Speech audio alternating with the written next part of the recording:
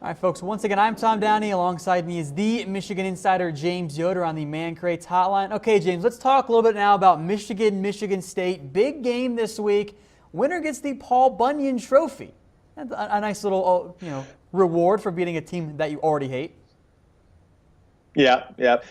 So this has been just such an interesting kind of series as of late. We'll show up here in a few minutes the game results, but before we do, it's been so streaky since the mid 90s. Michigan will go on a 6-year streak, then MSU will win one, Michigan will win a few more, and then the tide turned after Lloyd Carr, and you saw Michigan State pull off 7 of 8 or whatever it was. Now Michigan has a chance to win 2 in a row, and really, Tom, we don't talk about this much, but we have to because it's Michigan State week. It really should be going for 3 in a row after that dropped punt return for a touchdown that Michigan State won the game on in the last play of the game in 2015. So I believe Michigan's going to get the win here, but Michigan State, this team, if you look at them, very much like Michigan, a lot of sophomores in the starting lineup, especially at positions of skill and other things. And so I don't think Michigan has any real experience advantage. I think the coaching advantage is next to nothing because Mark D'Antonio has been to the college football playoff. He's won the Big Ten multiple times.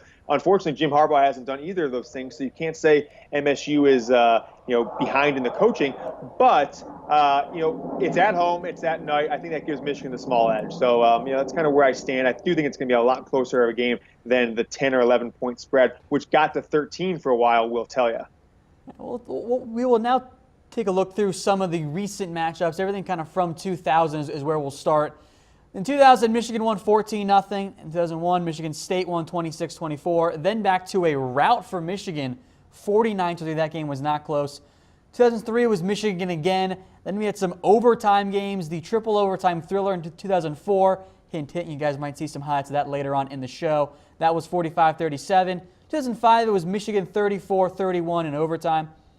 And then in 2006, another Michigan win. 2007, another Michigan win. And then it kind of flipped a little bit in terms of the streakiness that James mentioned just a little bit ago. Michigan State won in 2008, 35-21. 2009, they won again. Another OT game, 26-21. They won in 2010. They won in 2011. And then in 2012, Michigan picked up a win to kind of snap that losing streak a little bit. And then it was back to Michigan State for a couple years. 2013, they won 29-6. 2014, they won 35-11. And then the past 2 years, Michigan State, and then, of course, last year, a Michigan win, James. Is there a game in particular that kind of jumps out to you as a fond memory? Well, as a fond memory, I think there's several. So there has been more unfond memories in this series because it's either Michigan wins super comfortably or I guess I guess I couldn't say what I was about to say because that doesn't make any sense. But what I'm saying is it seems that the close games for a lot of the years have gone against Michigan. So all of Michigan State's really key wins have come on some fluky last play. They've literally won several games on the absolute last play of the game since 1999-2000 timeframe. I think back to the 1999 season when Nick Saban was head coach at Michigan State. Plaxico Burress had the game of the century, 200 yards receiving against a top 5 Michigan team who at the time they ended up losing 2 games that year, but Tom Brady was the quarterback, splitting snaps with Drew Henson. That was probably my first real memory of this game where I was super into it.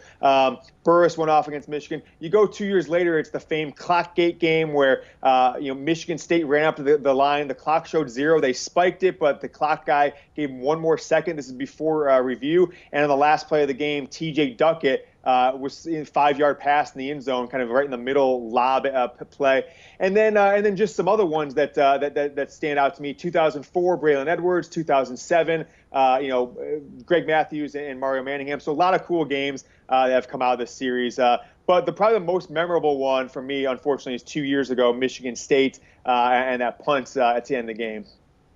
Now let's talk a little bit about keys to the games here. This, again, keys to the game brought to you by Man Crates. If you need, we're not going to go over these stats here, these highlights. I saw them pop up on my screen. This is what I wanted to talk about. We're going to get to it later in the show, James. That's the tease right before we get I saw them pop up on the screen. I didn't know if we were popping ahead and things. All right, you do your thing. I thought we were going to talk about these. I got some things to say about some of these games. We're going to get to it. Don't worry, folks. All right. Keys to the game then, James. What do you have in mind here, starting with protecting the quarterback?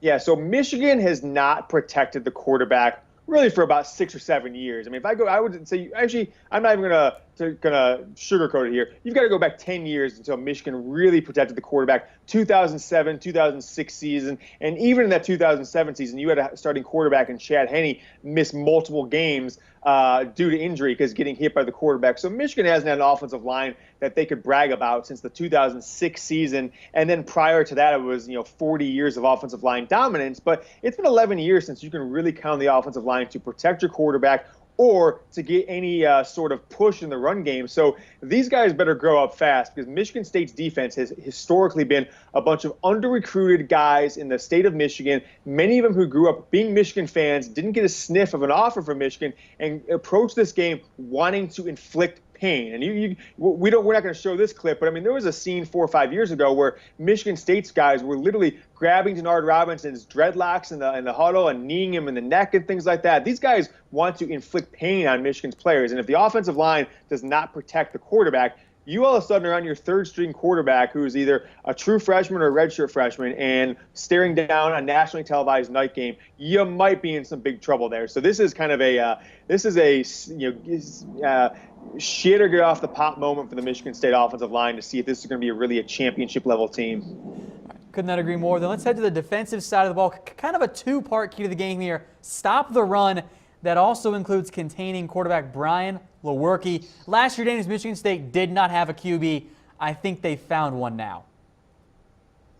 Well, somebody took the snaps, but I wouldn't call him a good QB. But Lewerke has been a surprisingly sneaky dual threat guy, and LJ Scott has been relatively disappointing from my perspective. He didn't do much in the one game I fully watched against Notre Dame where they just got kind of completely run over. But Lewerke leads the team in rushing, as we just said. He's got a couple of touchdowns on the year, and these aren't just scrambles. These are designed runs time. He's almost got 40 carries, which means he's averaging 4, almost 10 carries a game right now. So Michigan's got to spy him. I don't think they can bring the same defensive approach they brought against all the other teams they face, because Lewerke will be the kind of guy when Michigan stunts and then linebackers coming from the outside, he can kind of just look and take off right up the middle for a 9-yard gain and not even break a sweat. So they've got to come up with something different for him. I have no real fear that their running game with the running backs are going to get yards on Michigan. It's really going to be those broken plays or those design runs that Michigan may or may not be prepared for at that given time. So got to stop the run. If you look at this game, the team that wins the rushing battle almost always wins the game. So they've got to put a stop to what Michigan State does in the ground. You mentioned the spy there. Do you think it'll be Hudson Bush, or it'll be kind of a tandem there? Do you think if Michigan does elect to spy him? Well, I think they're going to switch it up because you don't want Mark D'Antonio he's quite the tactician. He doesn't get enough credit for. He's pulled plenty of trick plays and reverses and all this different stuff, especially in this series, to really frustrate Michigan fans. So I think they've got to confuse it, but it's going to mostly be Josh Metellus and Khaliki Hudson if I were to kind of predict forward. And I think a little bit of Noah Furbush, another forgotten man, has been with the program for 4 or 5 years and has not gotten really any play, but he has kind of stepped up and gotten more playing time over Brian Monet lately. Michigan's gone to more of a 3-3-5, so I could see Furbush kind of spying on the outside, especially if they bring the rush from one side and push the quarterback to one direction or the other. I think Furbush would be the guy who steps up on the outside to keep contained. All right, how about one more key to the game then? That is containing wide receiver Felton Davis III. Had a big game against Iowa. What do you think of this kid, James?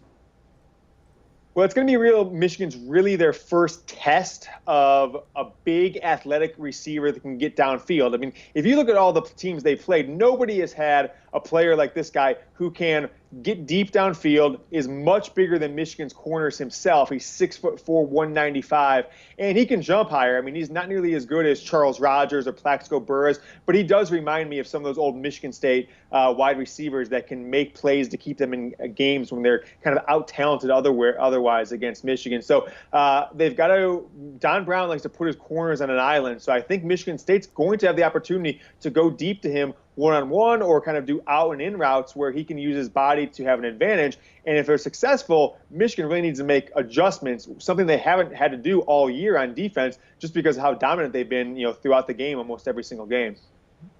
How about a reaction poll then, folks, for those of you watching at home or at work, whatever, don't worry, we promise not to tell your bosses. Which Michigan offensive player are you most concerned about? LJ Scott, Felton Davis? Is it Brian Lewerke? Who is it for you, James? Also, there is a none if you're feeling just a little bit confident.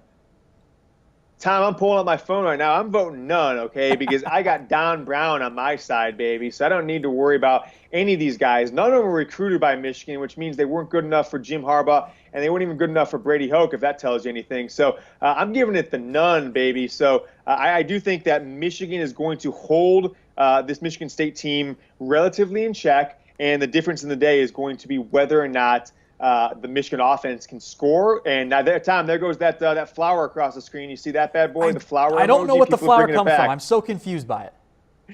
I just don't Yeah, understand. I know you are. So, yeah.